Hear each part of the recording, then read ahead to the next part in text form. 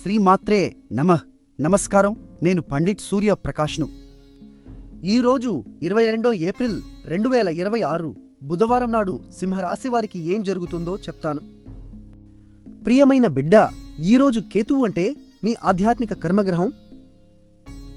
మీ మొదటి భావంలో అంటే మీ వ్యక్తిత్వాన్ని నిర్ణయించే స్థానంలో మఘా నక్షత్రంలో సంచరిస్తున్నాడు.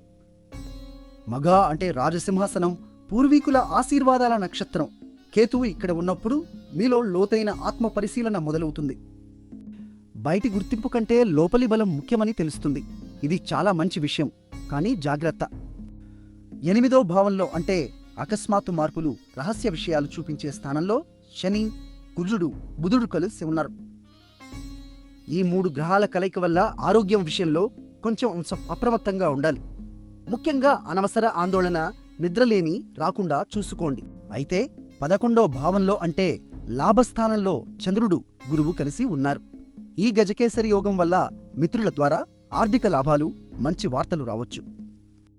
ఈరోజు మీ అదృష్ట సంఖ్య 6. బంగారు రంగు ధరిస్తే సూర్యుని ఆశీర్వాదం మీకు తోడుగా ఉంటుంది. నిన్న మా అంచనా మీకు సరిగ్గా ఉందా? కామెంట్లో చెప్పండి. వీడియో నచ్చితే లైక్ చేయండి, షేర్ చేయండి, మా ఛానల్ను సబ్స్క్రైబ్ చేయండి.